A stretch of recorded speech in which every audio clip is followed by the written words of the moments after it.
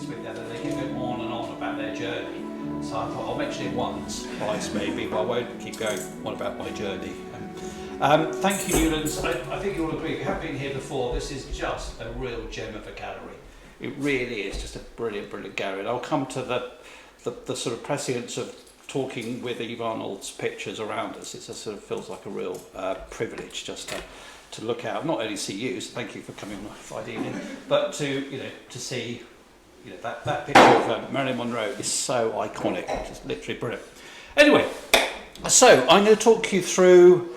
It might get a bit gossipy, it might not. I might, if I go off on a tangent. I'm really honoured. So Stephen Hayward ran a studio that we used to hire. So he knows whether if I'm really like going off on a tangent, I can think he can, stick his hand up and say, "That's a load of rubbish." Yeah, keep me in check. So it's really lovely. So I'll start at the beginning. It has to start somewhere. This picture I took for Spanish Vogue, and the reason I love it is this is exactly. I used to sit at one end of the table, and I did this for years. We had lunch together. It was literally me, Tony, which I'll come to in a minute, Lucy Manning-Blue was the secretary, and that was it. So Annie Leibovitz used to travel with like a whole range of assistants, and we just rocked up in a Volvo, and it was just him and me. I've got to stop moving. And this was lovely. This was him preparing for his National Portrait Gallery exhibition, and these are the roughs, so we're just sitting there talking about what was happening. It was literally that, normally a bit of mouldy lamb, some leftover cheese, literally for 7 years, the same little bit of lamb. Anyway, so where did we start? This is my dear father. He was a very keen photographer. Amazing, this is an old slide. That's me in South Africa. Oh. And weirdly, I look at it, it's quite a cool thing to do. At 14, he bought me Dark Side of the Moon by Pink Floyd, and I thought, that's amazing. And then I started to look at who designed all the covers, and it was a company called Hypnosis. And there's been a recent film about Hypnosis and Storm Thorgerson, and I don't quite know why, but I ended up writing to all the people I thought were really, were influencing my kind of beginnings. So I wrote to Storm Thorgerson, went up to Soho, and he said, just get on with it, go to art school, just do it. So I thought that was quite a good thing to do, so I did, went to art school and just did it.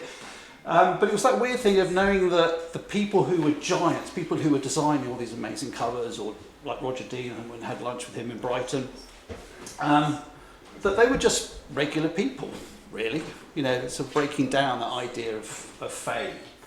And this picture, we went to California this summer, and we went to Mono Lake, and it's that classic thing, it doesn't look like that, because that's like the magic of photography. But anyway, so again, I was really influenced. This is Norman Parkinson. I did my degree thesis on him, got to meet him and look at his archive. Clifford Coffin, Cecil Beaton. These are I don't quite know why I love this era, because it's not really my era, but I just do. I think the photographs are so beautifully elegant, they're beautifully composed, and it's sort of, the models did all their own hair and makeup and all those sort of things, but it just harks back to a rather beautiful age. So I was sort of slightly kind of in that world in my own head. And as I said at the beginning, this picture actually, there was a huge exhibition at the V&A. And I remember I was doing my own black and white printing, and I remember looking at Irving Penn's work and thinking, how do they do that? Now I know they're platinum prints. They have a magic, they literally have a sort of a quality that is unlike normal things. I remember just staring at it, just thinking, how do you do that in the darkroom? How do you get a print so beautiful? So Irving Penn became a bit of a sort of a hero for lots of reasons. I had this up on my wall. This is one of Snowdon's pictures for Vogue, and hilariously, the story goes something along the lines, they went out into one of the woods near Paris and got loads of sand and leaves, even though it wasn't autumn. They, type of thing I'd have to be sent out to do, to go and get the most ridiculous thing. But this is a beautiful picture. It's a beautiful sort of background. I think this was painted by Carl Toms, who used to work for Snowdon's uncle. Anyway, so I remember having that up and thinking I knew all about Snowdon's work. Allegedly, my mother put Vogue in my cot as a child, which I've said before could explain lots of things. I'm still working that through. So, I went to art school. Exeter College it's not there anymore, but it was a really old-fashioned art school. It predated the university, which I like that fact. When people, thought the painting and design and things like this. I was taught by this lovely guy, Graham Piggot, who's a pretty celebrated photographer.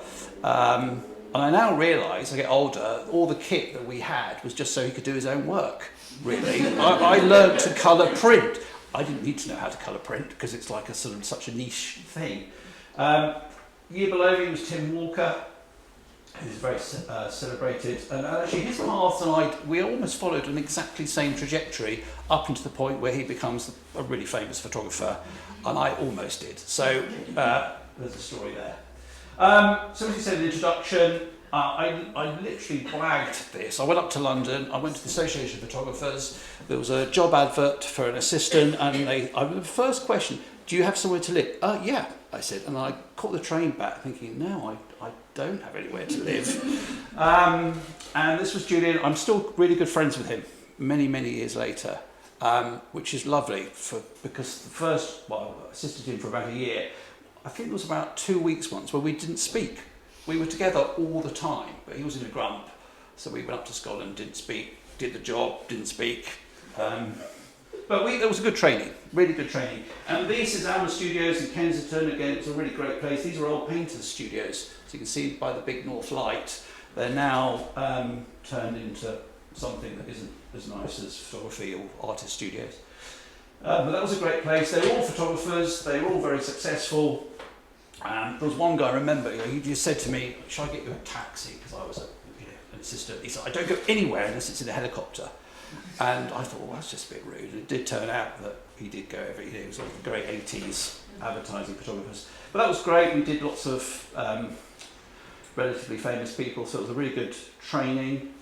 Julian did that book. He recently, actually, well, not recently, he photographed the Queen in Scotland. It was one of the very iconic picture that came out. So there's a bit of synergy there. Anyway, I heard on the grapevine that Snowdon was looking for an assistant, so I applied, and I remember there was about 40 of us applied, and we went for an interview. And I'm thinking, if I don't get the interview, I've met one of my heroes. What an amazing, what an amazing half an hour. So we had I still remember, he asked me what my father did, and my father died when I was 20, so I was about 21 at this point, 22. And he suddenly went quiet, and I've always remembered there was a tiny, tiny moment, and then realised that he'd lost his sister. He was really close to his sister through cancer. So despite the age gap, and despite him being Lord Snowdon, we have this weird human connection that kept going all the way through our sort of working relationship. So this was in Kensington Studio, Gloucester Road, and Lawson Place, where his studio was just around the corner, so I remember cycling there. And so those of you who don't know, I thought I'd put a bit of context. I sort of knew half of the story of who Snowdon was, which was, I think, quite interesting for him, because I kind of was half in awe and half didn't kind of know. So that was quite refreshing, because I think he did expect everyone to sort of, he'd been used to, he did, I just remember this, he used to do this hilarious thing, and he'd go, and he'd just kind of do that, because he was so used to someone coming along, and so we'd have this sort of strange game where I would just sort of go look at it, and he would look at me, and there'd be like an on-pass about who's going to... Anyway, so there he is. That's photographed by David Bailey, very famous picture for pin-ups. Snowdon in Venice. I'm going to show you this because a lot of people used to think this was me in my younger days, floppy hair. This was his uncle, Oliver Messel. So maybe that's why I got the job. This was photographed in Snowdon's garden. We often used to use the garden. That wasn't with me, but Bowie, because we'll come back to that. I'm going to put this in. This is the most famous picture Snowdon took that didn't appear in any of his books. It really irritated me. It still irritates me, which is partly why I'm really pleased to be able to do a talk. This is the best-selling album in UK music history. And if you look on the back, it says photo by Snowdon. But he didn't make any of the exhibitions because he said it was just they were just, I don't know, they were music people and he didn't really get them. But it was a bit like, I said, it's like photographing the Beatles, like, Anyway, there we are. We know all this bit. Recent programmes on the television, Netflix stuff, have almost reawakened this bit of history. So we used to talk about some of this. I remember once, on a Monday, they said, "Did you have a nice weekend?" I said, "Oh yes, I watched Troop in the Colour." He said, "Oh, that was interesting." I said, "Did you ever?" And we had this sort of strange thing. He said, "Yes, I have been on the balcony a few times." I'm like, "Yeah, okay." I forgot that bit. So there he is, very cool. He was very cool. But again, I think this part of doing the talk is to remind people he is a great, great photographer. I feel so strongly about that, to keep that message going to new generations and anyone who will listen, actually. But these are the Sunday Times. Some of you might know Snowdon had polio as a child, and actually as he got older his polio got kind of worse and worse, which is what happened. So towards the end of my time assisting him, I'd often have to help him, carry him, or we walked to a plane together. But this sort of empathy he had was extraordinary. And these are really, really great reportage photography. These are pictures that would sit quite happy along other Magnum style photographers.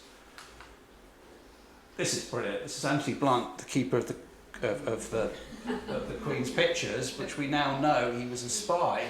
So how clever was this? Now, I don't think he knew. He can't have known this at the time, can he? Surely he can't have known. But that whole duplicity of this picture, where you're looking up and you're seeing something, it's not quite what you see. It's very, very clever. Maybe he did know. Again, the great legacy. There's a really good book called Private View, which was his account, along with some of the Sunday Times journalists, of all the great artists of the 60s. It hasn't been equalled as a book of artists working at a point in time. And the reason I put that, I haven't put it in actually, but we photographed Kittai, and he'd photographed him sort of 20 years earlier, so it was a weird connection. Hockney, Freud, Dali. And then this picture had just come out just before I joined. And the press didn't like this picture because they said it looked like a sort of ad for a. He was very upset by it actually, and I can see why, because he based it on. I think that's Gainsborough, and he is, I think it was the classic Daily Mail said, well, the hamper was £2.50 and the oranges were, it just wasn't. Anyway, that's an early picture. Anyway, fast forward. So where we are, I arrive. First thing I was told, I wasn't allowed to wear anything colourful, interestingly. It had to be blue, lots of blue. So I had to immediately, I couldn't wear my nice bright polo shirts, I remember. Quiet shoes, so I'm very good at creeping up on people. So, you're just quietly tiptoeing around. You're basically invisible as an assistant, but you make it all happen. So the point is that you enable everything to happen. So you can see these were the big cases. I used to carry these. We had to travel. I'll talk about this later. To travel literally I had a really nice blazer, carrying really heavy equipment. So I'd always arrive, and he would be there'd always a rather lovely lady, from British Airways Special Services. They used to arrive because he was still on the royal list, and I'd be there like sweating, carrying all this. You all right? And you'd always get on the plane. Everybody go, who's on the last? You always go on last. So that whole world was extraordinary, absolutely extraordinary. And there are very few people, I think, who would have had that, because it's a legacy of his time as part of the royal family. This was on his desk. There's a picture I did with him, lovely picture with him. It's his wife, daughter. Really lovely, just sort of snapshots of things he did. And so this is where he used to sit. He used to sit with this on. And that's my picture, I think, for the Daily Mail, rather outrageously. And that was the studio. This background was a beautiful cotton. And it was painted by, I think it was one of Carl Tom's assistants. They took out in Hyde Park and did these beautiful paintings. And it was like a beautiful sort of old, like a favourite shirt, a sort of chambray cotton. And as you can see, it's painted on both sides. So when it's lit from one side, the light will be on one side of the face and the other side goes off into the dark, which is a very painterly way of working. This was the old studio I was involved in when it was updated. I remember when the builder came around, I'm thinking, you don't want this job, because Snowdon was like, so, if it didn't go perfectly, he'd ring him on a Sunday, and he'd be ringing him in like all hours of the day to come and fix some minor little thing. But this was the studio. Daylight, I'm sure Stephen will know, is quite tricky as an assistant because the light's going in and out and you're working on very long exposure times. It's quite stressful, so I'm quite glad we didn't do much daylight. But when we did, the studio was tiny. It was about the size of this room. So his desk was here, studio background was there, not much room to kind of get more than one light, and an array of chairs. Behind this black velvety cloth thing was a workshop, so it was quite, you had to be good at making things and good at carpentry. Lots of things you thought, why am I out there, stripped to the waist with him mending his garden bench. So this was one of the first jobs we did. And Terry Waite, again, some of these pictures, I look at these now, are kind of very relevant for where we are in the world at the moment. This was for his book that he'd come out. Remember, he was an envoy, and he got taken into captivity for 6 years, and this was his story. So he arrived in a very nice blazer, and I remember Snowdon saying, he looks like an idiot, looks like a sort of, he looks like he works in an office. So he was immediately banished. He had sent out to a shop called High and Mighty in Kensington, and he had to come back with this sort of stuff. But we'd arranged this lovely background. You see, with the sort of half-painted thing, that was a chair from the kitchen, the wooden kitchen table came down. And so where we are, and Terry Waite was a big guy, he was a really big guy. And I remember he handed me his watch, and he said that kept me going, because it was a manual wind watch. That's one of those little moments you get, that you think, wow. So we were sitting there, and I'm behind the camera, and thinking, here we go. This is what it's like working for Snowdon. And so Snowdon's sort of under his breath, so he's looking down on the camera. So what's your book about? And Terry Waite said, all my years in captivity. And Snowdon kind of whispered to me, sounds bloody boring. Which is kind of very cruel, but very funny and witty. And then Terry Waite kind of caught the end of it. It's like, if you just said what you've said, and he kind of goes, and that's the picture. And it's sort of genius, and it's magic. And I think what's interesting is sometimes those pictures happen very quickly. Other times they were a bit more, constructed, and we had to wait for the pictures to come. But because it was all in the space, it's kind of something like electric is happening. This is Dame de Valois, who founded the Royal Ballet. So these are extraordinary things, because I look back now and you're thinking, God, these are little bits of history that you're part of. Again, same background, interestingly, and keeping her in her coat. So it was all about making the face the centre of the picture. So not to be distracted. He would have really get quite grumpy about me wearing a white shirt. There was always blue shirts. We'll come on to that. Anyway, so we did all these big jobs that came in. And he was getting jobs that no other photographers would get. That was the amazing thing. There were probably a handful of photographers who would get these jobs. Annie Leibovitz, Herbritz, Abden, that type of group. There were sort of probably a handful of world photographers who would get these very big jobs. This was for Stern magazine. So these are Polaroids. I used to kind of scan, photograph Polaroids, mainly to show people what I did, because no one really understood. My friends, what do you do? It's quite hard to explain. So this was an amazing job. We had to photograph all the main fashion designers. So we went around Europe, effectively, and Snowdon had this sort of quirky sense of humour that we would drag these Adele Rootstein mannequins with us. So there was a designated van that literally followed us with these strange mannequins, and we'd kind of resurrect them. So you can see I'm sitting in here for the lighting, and then we had a cat with Armani, and the cat wouldn't keep still and scratched Armani, so he almost got in a grump and went off just before we took the picture. So that was quite interesting. This was extraordinary. So Versace, so people kind of said, we were a small team, and normally there was always going to be some lunch involved or supper. We'd sit, and I remember sitting next to Versace and having a great talk about food, and it was a simple bowl of spaghetti. And of course I look back now and thinking that's extraordinary, to spend an hour and a half chatting with Versace in that small, intimate moment was almost unique, because we were talking. And the funny thing is, because Snowdon was so famous, you almost couldn't you couldn't outrank him. So Versace was just, he was not like an Italian man who made clothes, he was a bit, and Snowdon met anyone. So Piggott, again, some of these stories have kind of come to me as I was putting this together. Pierre Cardin and Snowdon just didn't get on. We were in Maxim's, it was a kind of very strange relationship. And so Pierre Cardin was being really grumpy, Snowdon was being even grumpier, and nothing was really happening. And then at the end he said, oh, for goodness sake, and he got a bag, a Maxim's bag, and made him stick it on. And why Pierre Cardin? I don't really want to say no. Anyway, so that was the picture. So that's a result of neither of one of them really wanting to sort of, give in.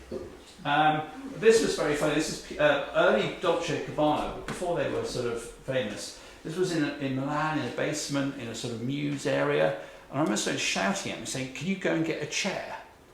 I'm like, yes. So there weren't any chairs around. He said, don't be so stupid, just go and get a chair. Go outside, go and ask for a chair. So I ran outside, thinking, this is what you have to do. And I knocked on an old lady, she was literally in her kitchen, and I said, could I borrow a chair? And I don't speak Italian, and she didn't speak English. So I said, chair, like, hi, Snowdon, Dolce & Gabbana. And she just kind of looked at me as I was like, stark, really mad. So I picked up the chair, thinking that would be fine, and then gave it back to her as if that was the most perfectly normal thing in the world, which it just isn't. But you got used to it. You're like, if he said get a chair, you get a chair. You don't question it, just do it. Anyway, so that was Izzy Liarki and all his other. It was good fun. There we are. I'm normally looking a bit bemused because you're trying to work out what's going on with lighting and things, going flash and working out whether the cameras are working or all that sort of thing. Actually, when I first worked for him, he had these very old Hasselblads, and I think Steve will know he's using Hasselblad. They got a little catch, and we were photographing Peter Ustinov in Geneva, and he was hilarious because he kept telling jokes, but all the backs of the cameras kept falling off. The Snowdon was literally swearing like whatever trooper is at me. Peter Ustinov is telling jokes, and I'm like, this is the most stressful job. I don't think I can do this. So anyway, in my hotel room, I tried to work out why the backs of the film backs were falling off, and it turned out that the catches were worn. So we had this lovely thing, we wrote letters to each other, and I said, please get your cameras serviced. It turns out they'd never been serviced, of course they hadn't. So then we got Hasselblad round, and I think he gave them a picture, and Hasselblad gave him cameras. There we are. Can't remember who this chap was, maybe we borrowed him as well. So, more designers, they're sort of in themes. This is John Galliano in Paris, and again, quite a funny thing. We would take, we'd arrange the picture, it was all going well, and I whispered to him, I said, do you think his moustache is real? Because, he had this very odd. So at the end, he said, John, Graham doesn't think your moustache is real. I'm like, that's not the game, is it? So I had this weird thing where I had to sort of spend, a couple of minutes kind of caressing John Galliano's. You see, so anyway, that's the sort of fun that was being had. This is quite a nice one, Emma Thompson. I think this was for Vanity Fair. So the main client, Snowdon worked for Vanity Fair, had a big contract with Telegraph magazine, and obviously individual clients. So this was in the style of Velázquez. This is not a particularly great print, I apologise.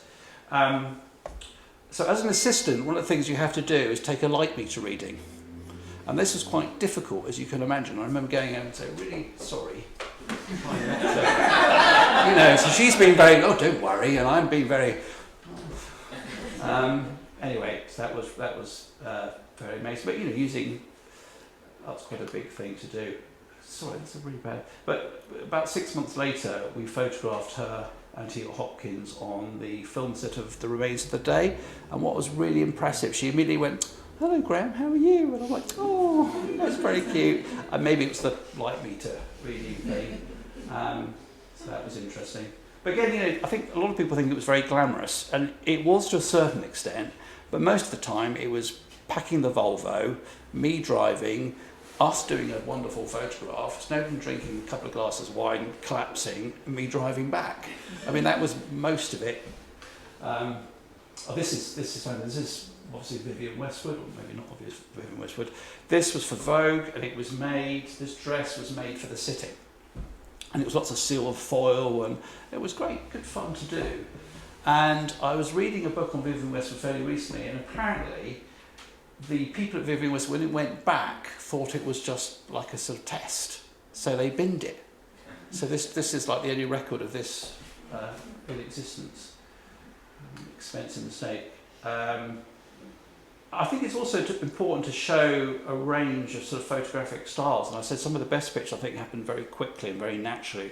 This is R.S. Murdoch in North London. And what I love about it is it looks like it was taken in the 30s or the 40s, going back to that early sensibilities. And I think, I do remember we just went and had a cup of tea and it was foggy. And it's there's that skill. It's very, I think as a photographer, I mean, it's very difficult to know whether that is the right picture. And that's one of the things you learn, obviously with experience, but a lot of it's the confidence, is to know that that is the picture. That it does tell, and it comes from doing a lot of research. I mean, famously, Snowdon never read anything, but it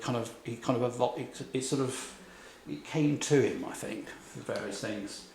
I saw this was on the Royal Academy there. This was William Trevor down in, just such a lovely picture. I remember we literally drove down, had a cup of tea, started to rain. He came outside like this, and we did the picture. Just really, really lovely. And he was such a kind man. And the picture, I think, is very similar to his books. So one of the things I made myself do is, I think I was in an extraordinarily lucky position. I tried to read, if we met someone who was a writer, I'd try and read their books. If they were a musician, I'd try and listen to their music. So at least I could get something out of that 20-minute or hour or 2 hours a day. This is having a bit of fun. This is Wolfgang Jopp. I don't think he did anything else apart from make perfume. I couldn't really work out what. And he'd won GQ Man of the Year, of course. And he was unbelievable. I mean, you can imagine him and Snowdon. So we just had, this was another thing. I remember traipsing down the beach in Monte Carlo, again with a, double-breasted jacket and these cases, and it was really hot. And everyone around you was in like a skimpy bikini or a little, and he did this picture. And it was like hilarious with his, it was just, so it was him having fun. I'm not sure this is a particularly great picture, but it was a fun picture. This is quite an interesting one. Obviously, Damien Hirst, famous for putting people in tanks. So it was quite. I remember because we used to have these lunches, as I said, lunch conversations. The job would come up. We've got Damien Hirst. What should we do? And he, he's the box man, isn't he? Yeah, I guess he is. Let's distill it down. He's the box guy. So we got some boxes. Again, hilariously, we ordered loads of plastic things. It was basically to make him look a bit ridiculous. Which I think succeeded, but quite a clever play. And again, some of these pictures you look back on them 5, 10, 20 years later, and you realise actually they caught the essence of the person in the moment. Darcy Bustle, we photographed many, many times. And again, his love of ballet was really, he used to be very, very particular about people's hands and things like that. I remember having lunch with Kenneth Macmillan and all that sort of thing. And again, extraordinary sort of legacy to be able to chat to some of these people and to see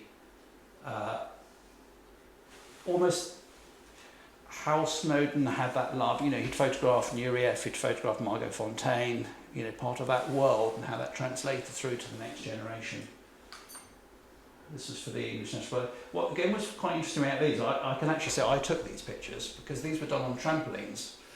So the dancer would jump and Snowdon would be next to the camera and I'd be there pressing that button. So I could sort of say these are right. But these were big pictures and really hard. These are just very technical, everyone working together, but really lovely. This is where it gets personal because at this point, Tony, because actually when I started working for him, I thought I can't keep calling him the Earl of Snowdon or Lord Snowdon. I remember thinking I'm not going to call him anything. So for the first 2 months, we had again this strange impasse where I would not call him anything, and then eventually he said, "Oh, do call me Tony." I thought, yes. We've kind of, but he would do my wife's here. He'd ring up and go, "Hello," and we'd go, "Hello," hello.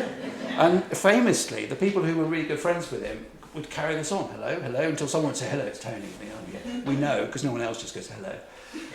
But he became a really good friend, and I got married, and I invited him to the wedding because he was a friend, and he came. The wedding photographer was so nervous,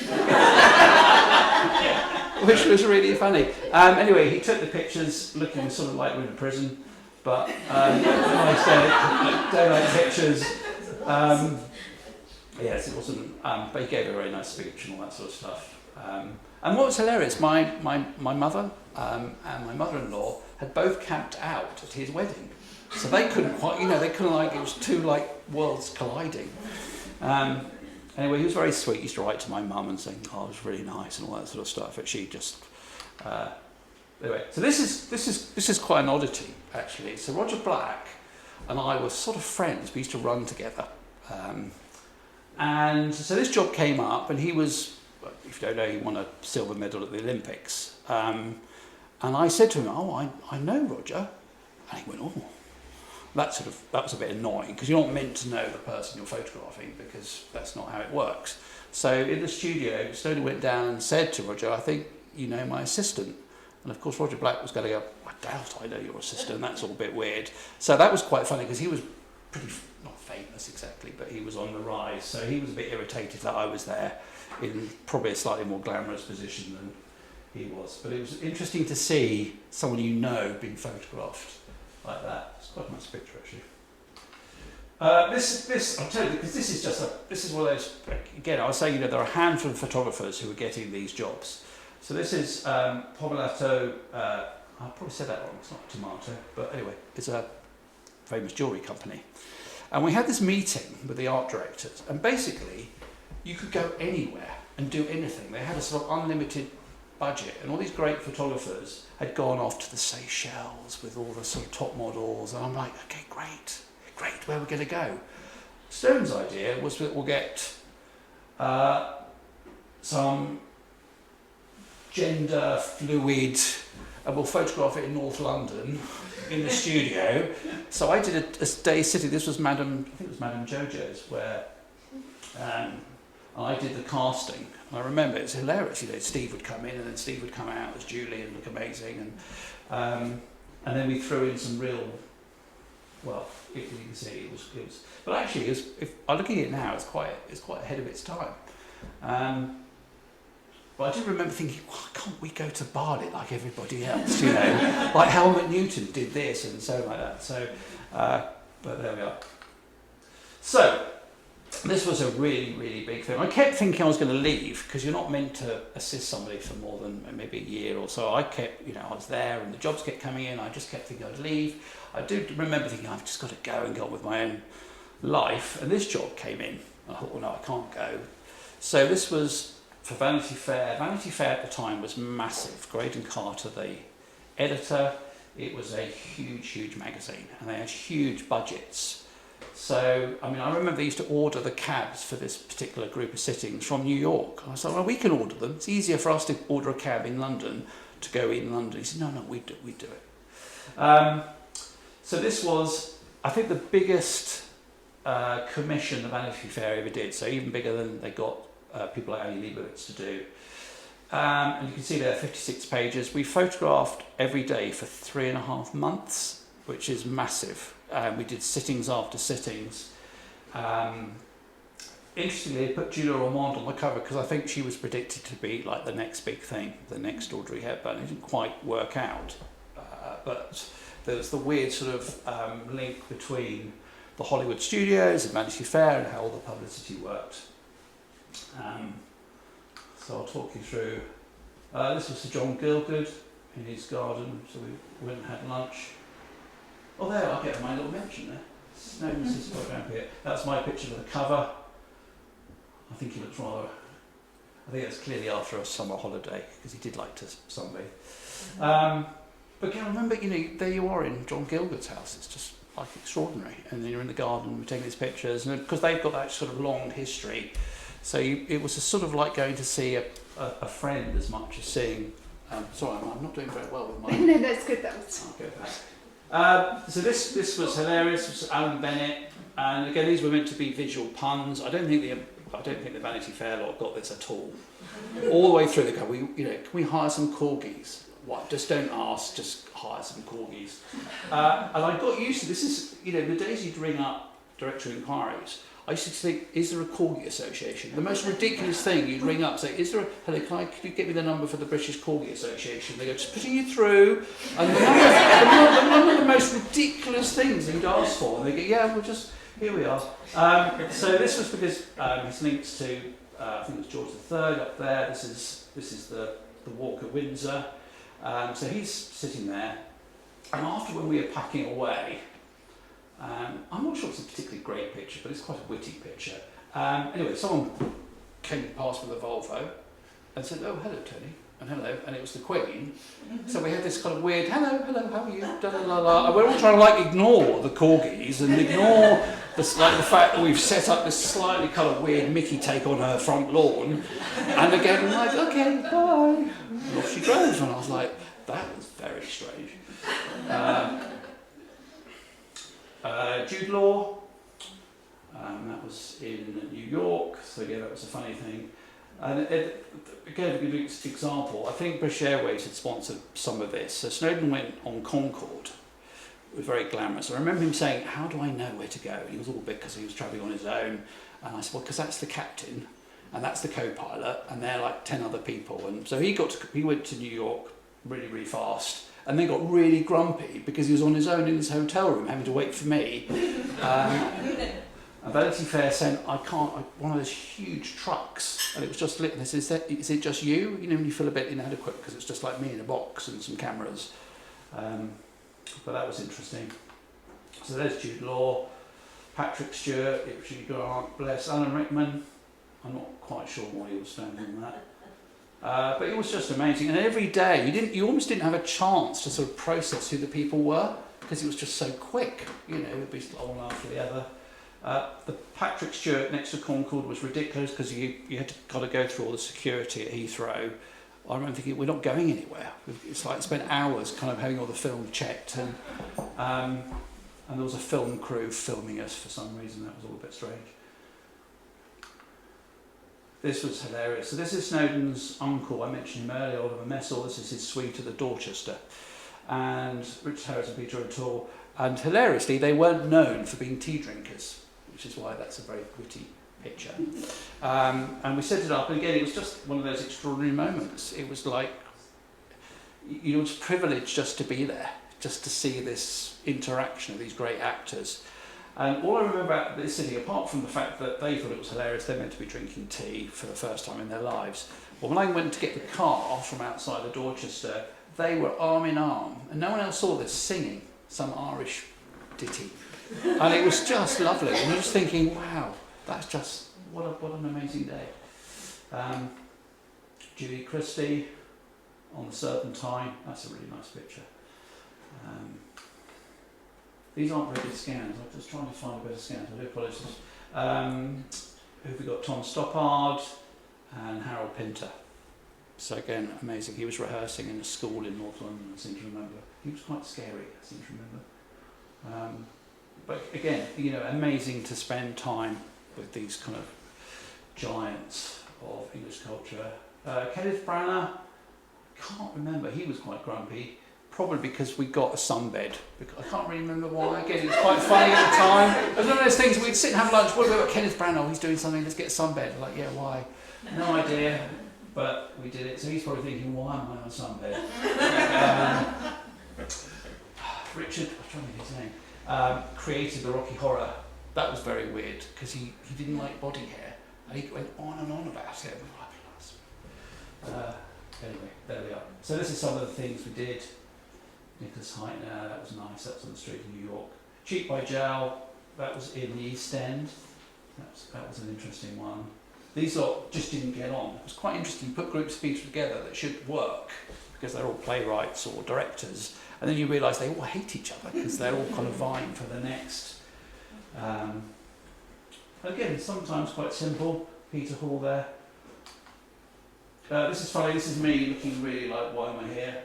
and Snowdon and some courtier from the House of Commons, and this is Glenda Jackson, who obviously was an MP, but she was an actress, and this was taken by a sort of, I think we hired not a sniper, but someone to photograph us on the roof of the House of Parliament, which is not something you do every day. This is hilarious. This is all the blue shirts is my link here. This is Karen, my wife. This is Tabby, who's sitting over there, and she's thinking, "No, don't show the baby picture."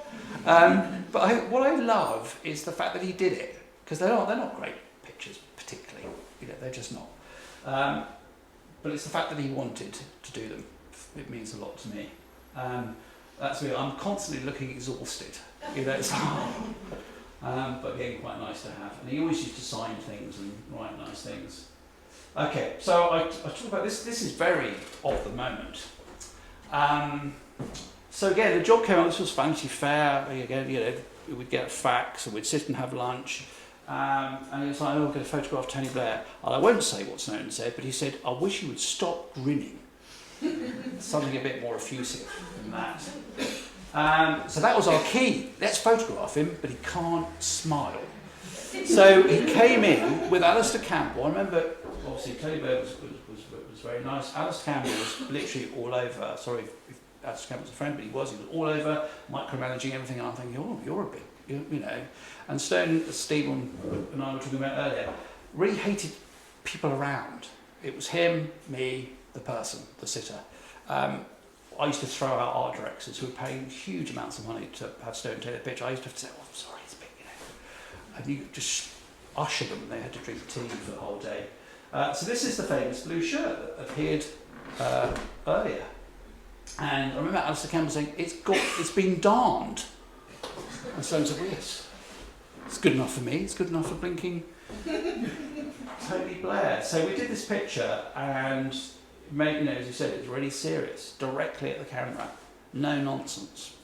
And I still think it's a very powerful picture. It's very similar to the work of Irving Penn, who Snowdon adored, and they used to send each other books, which was really sweet. They used to send, with lots of love and fondness, warm regards. I always think there's an element of Snowdon being the British Irving Penn. So it appeared on the Labour Party manifesto and on billboards. There is some, I remember reading some sort of political blog, that was enough to convince some people to vote for Tony Blair at the time, because it was a really, it's a very direct picture. And a few months later, he'd become Prime Minister, and we did his picture for his official picture. It's quite nice to say, "Oh, well done," like sort of casually, as you do.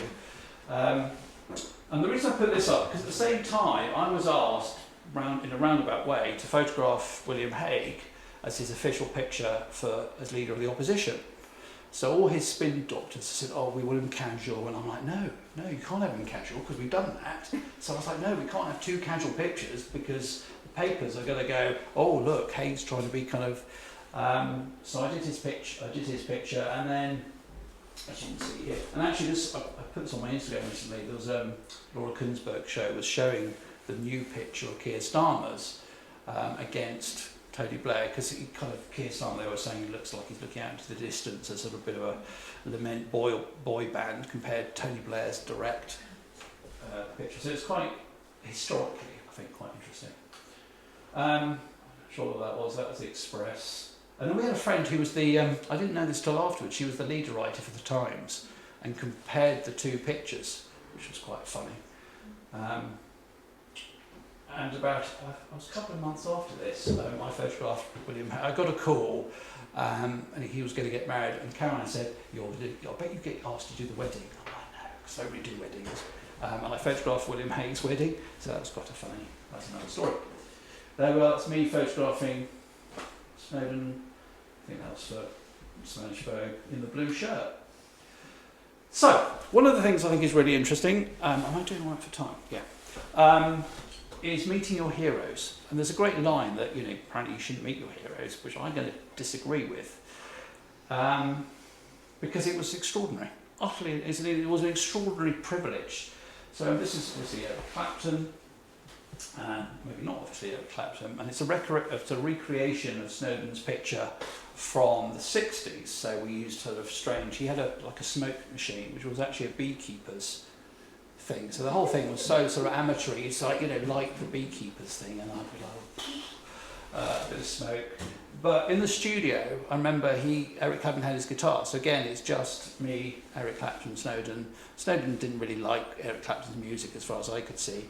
And he kind of just played some of his kind of greatest songs acoustically. I'm like, this is pretty amazing. I'm getting in, like, Layla and stuff like that. And also his, at the time, his Unplugged album had just come out. There was a sort of music, this whole thing of people re-recording their music acoustically. And I think one of the housekeepers, Failure, wanted to, it was a bit of a no-no. Could I ask Eric Clapton to sign it? So I thought, I can't just go in and say, can you sign it? That was a bit of a faux pas. So I was talking about saying, this is great, I've heard it's really good. So we had an extraordinary thing saying that he didn't want to release it, but his agent said, I think give it a go. And it became one of his best-selling. So, because you're not a fan, you're not there to go, oh wow, Eric Clapton, you're there just to kind of talk professionally. And Brian Ferry, who really is cool, that was for Italian Vogue. So we did a whole lot of pictures of him. And I did get a bit fanny, and I said, I do love Roxy music. He goes, do you? Which is your favourite album? And I'm like, ooh, fantastic. And actually, he didn't say, because he said his family ignores him, pretends he doesn't do it, and his fans aren't, can't speak coherently. So I was like a middle ground that I could go, difficult third album. Anyway, that was great meeting him. With all the different things over the years, a few things like, I to be honest, I used to get, nervous. There were big jobs, you have to get everything right, make sure the equipment's all right, big long jobs, things like this. And then this was a private commission to photograph David Bowie. And I'm like, he's so famous.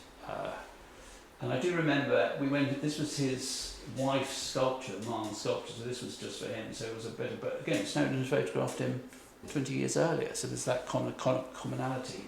And he came up and said, I'm David Bowie. I'm like, I know. Hello, Graham. So that was really lovely. I put these in because amongst all the sort of, the great and the good, there's some really odd jobs. So I think, as I said, when we weren't working, I was paid, I was sort of full-time, I guess. So I'd mend things. I think I painted his daughter's room. I remember stringing out, doing some wood filler for ages, cleaning the leaves. That was a classic. And then we did this. These are kind of, all the great books that Snowdon's done. These aren't great books, but they're quite fun. So he had a house near Nyman, so probably not too far away. And we went down there and we kind of did these wild fruit, wildflower books, and they were fun. And then, again, because we'd photographed David, he would just ring up random people. So we'd photographed David Attenborough for the Radio Times. I remember he just rang him up randomly. Could you get David Attenborough? I said, yes, you do. And then he's like, can you write the thought of the book? And I'm sure David Attenborough, what? Why? And he met you for a couple of hours. This was hilarious. There was, these were, probably worth millions. Why not photograph them on fish? It's a bit like the Pomerato thing. So it's quite funny. This was an extraordinary book. This was a private commission. We spent just under 3 weeks in Hong Kong. All I remember at the end of that, we were getting on, but our friendship we were on the edge of not needing to see each other for a couple of days after it, because we had this was all in a hotel room. This guy here, I looked him up today, Sir Run Shaw. It's one of the biggest, I think he'd had 150 films in China, like a huge, really lovely pictures. It was very strange. The whole thing was very strange because this was just before the takeover. So basically all the people who were effectively going to run Hong Kong and Kowloon, once the Brits had left, they knew exactly what they're doing. Again, geopolitically, it was very interesting. Great pictures. This was an extraordinary assignment. This was sponsored, actually, links quite nicely to the diamond picture. It was sponsored by De Beers to go and photograph a polio eradication campaign in Angola. So Angola at the time was still a war zone. And I only say this, Caroline, about 3 a.m. went, "How much is your life insurance?" I'm like, "Well, it's quite a lot. I can't remember. It's 100,000. And then she kind of said, "Well, if obviously anything happens to you, me and the children will be really upset. We probably want to go on holiday somewhere like the Bahamas." Like, okay. And all I remember thinking, if something happened, it'd be kind of spread, Lord Snowdon dies in Angola and his assistant. So, anyway, it wasn't extraordinary. It was a very profound, I can't remember how long we went for, but I do remember we were up in this United Nations plane, tiny plane, and we took up and went straight up, and I was sitting next to this it was like being in a film, the South African pilot, and I said, "Why are we doing that?" He said, "So the missiles don't get us." And you're thinking, oh, hilarious. And a UN plane had been shot down, I think the day before we arrived, so it was extraordinary. And then I found this picture very, very moving. The fact that we're in this, literally in the middle of nowhere, and the Diana, that way those two worlds were being linked. Again, I think they're very, very sensitive, gentle pictures. And we photographed in there was one baby unit we photographed in, and I think half the children didn't make it out to the end of the day. And the writer who was with us, from the Sunday Times, couldn't cope. He had a young child, just couldn't cope. So it was a really, really kind of moving experience for us both. Again, very unusual. 1 minute it's very glamorous, next minute you are literally worried about being shot out of the plane. I didn't put this in because this is, you're thinking, it's quite strange. I went through about a year of sort of running the studio as well as being the assistant. And we got a call from the Finnish Camera Club, and apparently they'd been established a long time ago, and they said, "Would Lord Snowdon speak?" So he went, "Yes, why not?" Then he made me put together his slideshow, so I basically wrote the talk for him. So we had this really surreal, so I sat on the thing, and so he'd tell these amazing stories, then there'd be a translator, and then there may or may not have been like humour, people laughing. So it was a very strange long weekend, but they were very keen. I don't quite know why we did that. Beautiful picture of Uma Thurman, and again for me, I love the film as Merchant Ivory, and then fast forward a few years, Ishmael Merchant is ringing you at home and saying, "Here's my mobile number, and you're going to come and photograph the Golden Bowl," and you're having to sort of pinch yourself that this is for that. Let's use the word journey. Again, that was interesting because her mother's name was a model in the 60s, so that's kind of link between. It was slightly surreal. I remember holding Uma Thurman's baby, and I had little children. I'm like, it's a Hollywood star's child. Anyway, very nice. I don't know why these not loaded properly. So, as we said, we did a show in the National Portrait Gallery. I helped curate, I helped put the book together. And then that show travelled. So it went from National Portrait Gallery, literally off the walls, like some of the shows here, I'm sure. And it went to Vienna. So we went to Vienna, and it went to the Kunsthaus, which is Hundertwasser's. If anyone's been to Vienna, he didn't believe in straight lines. Hundertwasser is a really interesting artist. But with Snowdon's polio, it was dreadful because he literally kept falling over, and by the end of it, he was literally couldn't get out of there fast enough because he'd just be walking down like a road, gallery like this, and he would collapse. So that was again interesting. That was in Vienna, and then the show went to Yale, and he gave a lecture to there, and I went as part of that to help him, and as much to be there as a friend as much as anything, to sort of to be a reassuring person, to say it'll be okay, and why don't you talk about X, Y, and Z. And this was the Koskova, as we said. I mean, it's obviously times have changed, but he had a great link with the Russian ballet. So he photographed in Russia before perestroika and things like that. So it was a country he knew and actually had quite a strong affinity for. I went out there for about a week to print all the pictures. So I had all his work on CDs and went to a Kodak lab. Very, very bizarre. But anyway, that was that. So again, that was the Koskova Palace. I think the exhibition was going to be. It did happen. That was the Vienna book.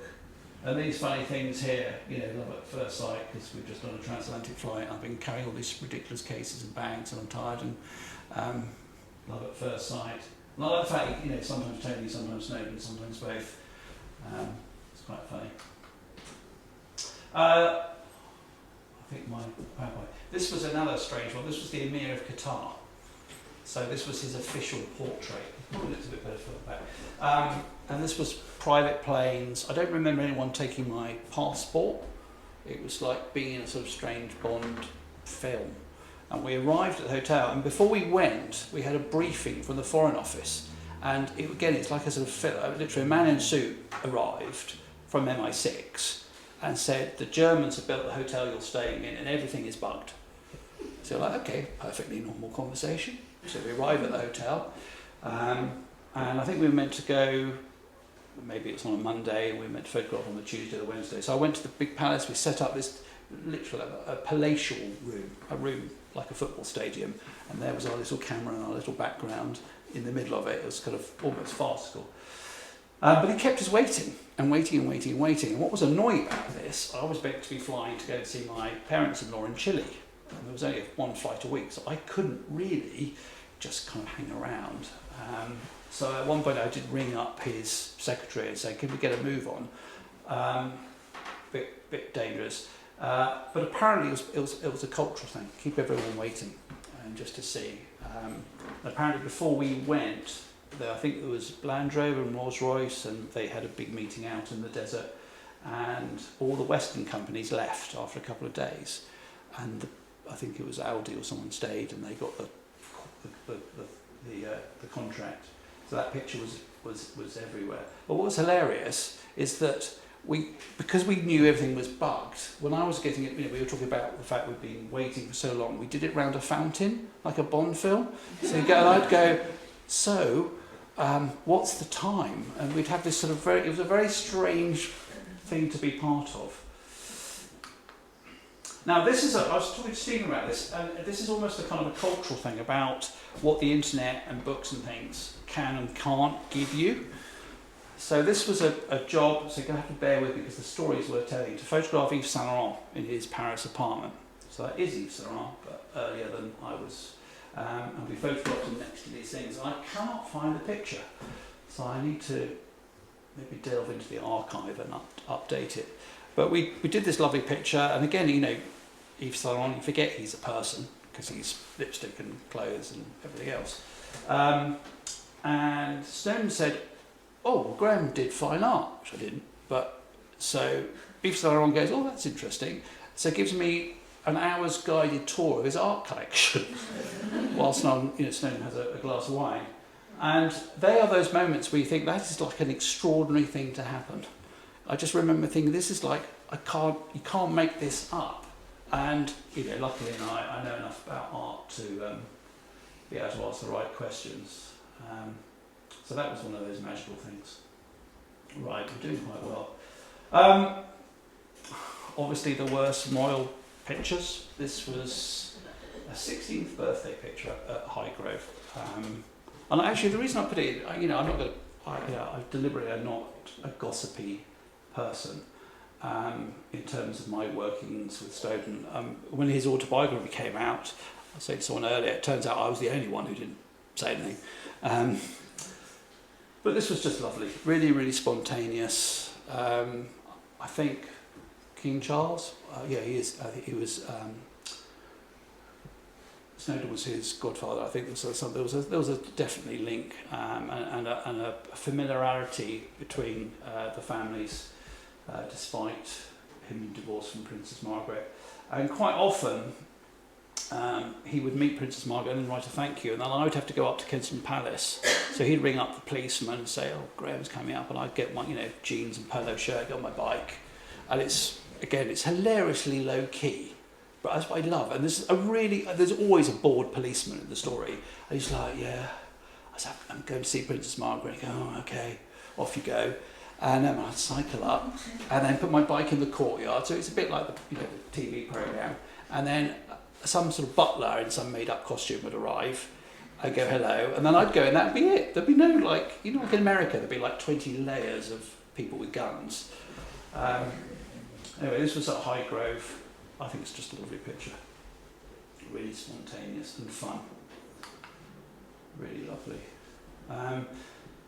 We photographed Prince Charles quite a lot, obviously King Charles now, in lots of his uniforms, all those pictures that end up in regimental HQs. We spent a whole day photographing all his different uniforms. So this is a lovely, lovely, lovely picture. Again, that's the same brown background, and you know, the Queen Mother in her fishing, you know, in her old Mac. And this is one of my pictures for the christening. I did a christening picture. And what was lovely, I remember after the sitting, and again, I think this was at Royal Lodge, again, a couple of people, board policemen, and we had tea. And I remember the Queen Mother saying to me, "Shall I be mother?" Like, you know, like pouring the tea on me. This is all rather surreal. And I was just, I think I said it's about time for me to go. And she said, "Oh, it's such a shame you're going. What are you going to do?" And it was just so lovely. It's so almost not what you think it's going to be, you know. I mean, again, really, really lovely. I do remember, this is anecdotal. Am I doing all right? A Snowdon rang through the office once when I was there, and he said, "Could you get the Queen on the phone?" I was thinking, that's a ludicrous question. And so I thought, well, don't panic, don't, you know. So there was a telephone directory, so I rang up Buckingham Palace, and it was like, but at the switchboard, I went, "Oh, hello, is that Lord Snowdon? How are you?" And I went, "Fine, how are you?" "Oh, lovely, how is he?" "He's fine." So, you know, chit chat, and then I said, "Is it possible to speak to Her Majesty?" "Oh yes, just putting you through." And then there's the weird thing, you know, there's like the two phones, and like sort of, you know, I could never work out, I wasn't made out to be a switchboard person. And then so the Queen answers, I'm like, I couldn't quite remember how to put her through, so that was surreal. But I love the fact we just ring the Queen. Not everybody, but obviously. Actually, that leads quite nicely onto this picture. This was a Jubilee picture, photographed in Buckingham Palace.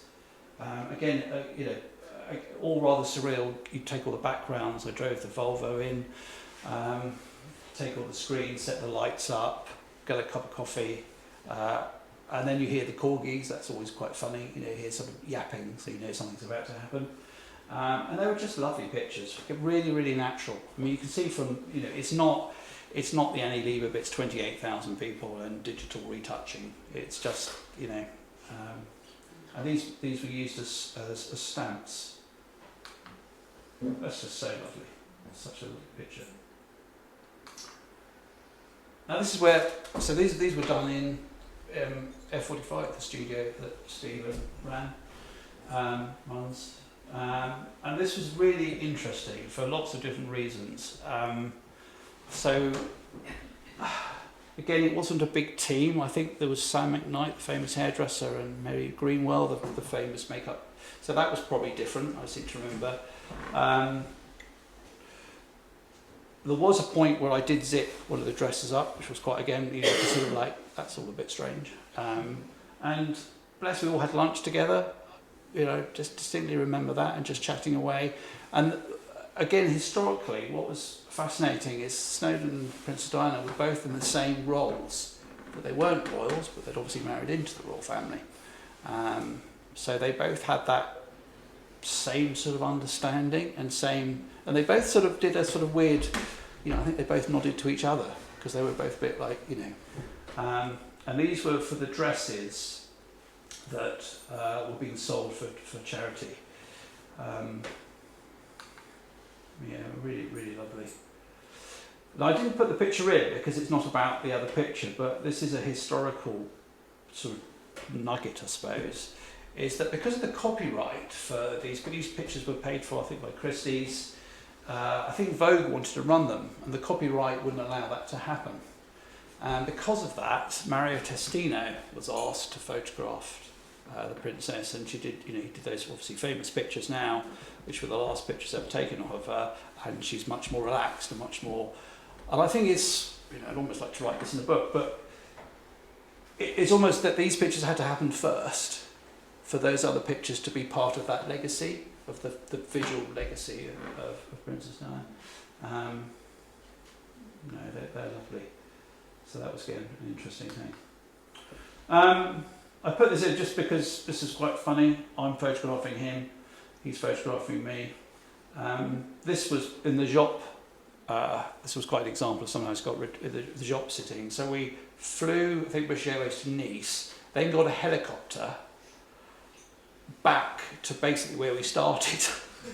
And the whole thing was ludicrous. And the hotel was miles away, so he just got quite cross about the whole thing. He said, all doors to manual, cross-check, Nice to Monte Carlo, taxi back. Because we was, you can see I'm all dressed up. And, I only put this in, I showed some of the students I teach this, and they thought it was very funny. This was a test for a film, a type of photographic film. We were photographing Ben Kingsley, and I don't think he'd ever used the film before, so I sat in. So it's quite nice of a picture. Again, great fun. Go and get, go and hire some sheep. Off I go, hire some sheep, put the sheep in the back of the Volvo, turn up, photograph the Duchess of Devonshire. It's all hilarious. Take the sheep back. What would be there another day? Off to Chatsworth, taken by Graham, shot. Very funny. So this is again, it is one of those sort of moments. I'm almost done. There are two moments. One, I remember he rang me and said, did I want to come for lunch, because Cartier-Bresson was there, so that was extraordinary. Like, yes. And they were good friends, and they spent some time together. Jeremy Fry and Snowdon were friends at school at Eton, and Jeremy Fry had I can't remember the village in the south of France he bought, and they used to go down and all be jolly together.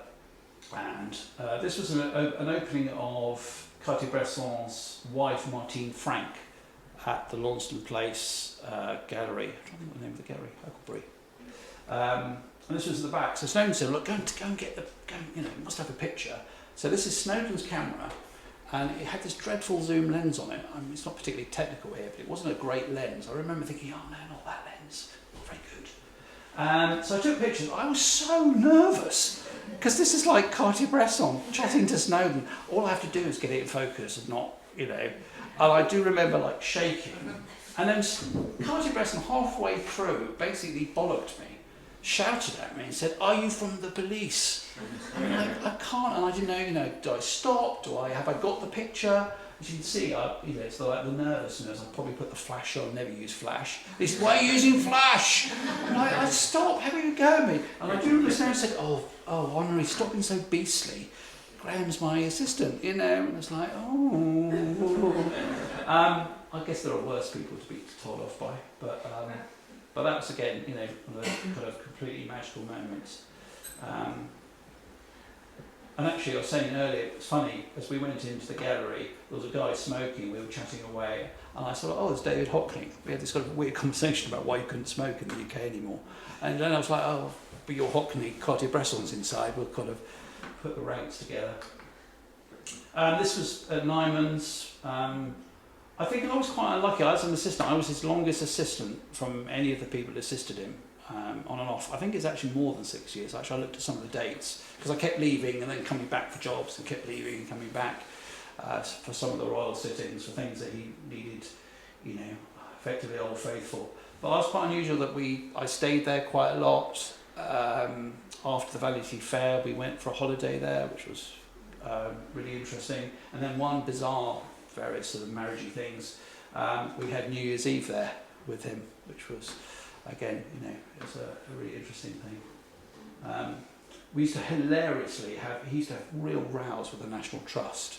He used to ring up the head of the National Trust. He'd go, beastly little man, because he wanted a tree that was ruining the vista. Anyway, so there we are. So life goes full circle. I went to his memorial service, and we were saying earlier, David his son gave a lovely thing saying, you know, who would be his assistant? He did it for a day, and it was like the most stressful thing he'd ever done. And I was thinking, oh, wow, I was there for a long time. Yeah, it was stressful. But really, really lovely to be able to. And how did it impact on my own work? These are my own pictures now. And I realised actually a lot of the sensitivity that he had, I took this when I was 18, I think, were actually part of, you know, there was a bit of synergy about what we both liked. That was taken in Paris. Again, I think it's the same thing about telling a story. So people holding hands, you know. That was in Venice. It was funny because when I said I was getting married and going, you know, he didn't like people not working. So he was a bit dismissive of me going on a honeymoon because we're like, you know, you're not working and that's inconvenient. And then I said I was going to Venice and that was okay. It's classic sort of, that's all right. Cause, so that was in Venice. That was lovely. It's in Paris. I love the fact about this picture. It looks like it was taken in the 50s, which goes back to my love of seeing things. Eiffel Tower. It's sort of a picture about the weather because it was really hot, so you can see all the people. And then eventually I did do some really exciting things, I'm pleased to know. That was for Spanish Vogue. And hilariously, I mean, you always think that these worlds are very glamorous. I had a really good assistant called Anya, and the day they always assume that photographers were always going to make loads of money photographing for adverts rather than magazines. So although it was very glamorous, there wasn't enough money to eat. So we stayed in the Ritz, which was probably all paid for by, you know, some advertising deal, and then we had to go out into a cafe on, you know, about €3 or something. So that was good. But then there was a kind of a weird bit of synergy. This was a show at the National Portrait Gallery, and I went up to the private view, and the book, the biography had just come out, and you know there were lots of people there from his past and things like that, and you know, he wasn't very well obviously at this time. So Jude Law, taking back to that picture again, probably wondering why he'd been asked, because there was only that connection from that one picture. And I do remember chatting to him, saying, "Oh, do you remember that? You know, when we did the picture in New York?" Because no one else would talk to him because he's a film star. They were like, "Oh, okay, he's a film star." That's really lovely. And I really wanted to bring it back to like here. There was a art director, Barney One at Vogue, very famous British Vogue art director, and he had an amazing ability to introduce people, to make things happen, and sometimes be very controversial, say something completely outrageous. Then, as we were all kind of arguing, you'd think, "Well, where's Barney?" And Barney'd gone home. A really amazing kind of individual, and I can't really remember, if I'm honest with you, how it started, but we ended up going to Eve Arnold's flat a few times and just chatting, literally just chatting about, and for me, it's the link, it's the fact that I'm chatting to Eve Arnold about photography, about life, about photographing Marilyn Monroe, as if it's perfectly normal. And I did a job for Vanity Fair, a little small job of I think it was a party of Fleur Coles, and Eve Arnold was there, and obviously I recognised her, and she recognised me from this other connection through Barney. And I just took this picture, and I thought, oh, it's quite nice. And so I had it printed, and I sent it to her. And I do remember saying that, oh, you know, you're a great photographer, so apologies, really, for sending you a picture of yourself, but I think it's quite nice. And so she wrote me this lovely, on the back of this picture, that's the postcard of that picture there, so it's really lovely, the Misfits. Thanks for the photo, it was good of you to send it. Anyway, that was lovely, and I put it in the book. Years later, I bought one of her books. I think it's called People. And in the back, I was just flipping through, there is my picture. And that's Cartier-Bresson. And I just thought, that's just lovely. That's just lovely. And it meant a lot to me that she'd obviously kept it and it, you know, wanted to use it. And the fact it's on the same page as Cartier-Bresson's. Just lovely. And obviously, you know, when Vogue was 100 years old, there was an exhibition at the Portrait Gallery. He had more pictures in it than Cecil Beaton. And he always didn't think he was good enough, which is clearly not true. And I think it's really interesting, that's Snowdon's picture they used for the Vogue cover. And that's one of me making him look lovely. That was one of the things that we used to carry around. This is the end. This was for the his baggage, basically. So I used to have all my labels with Snowdon in it, from the Royal Yacht and things like that. There we are. Thank you. All right.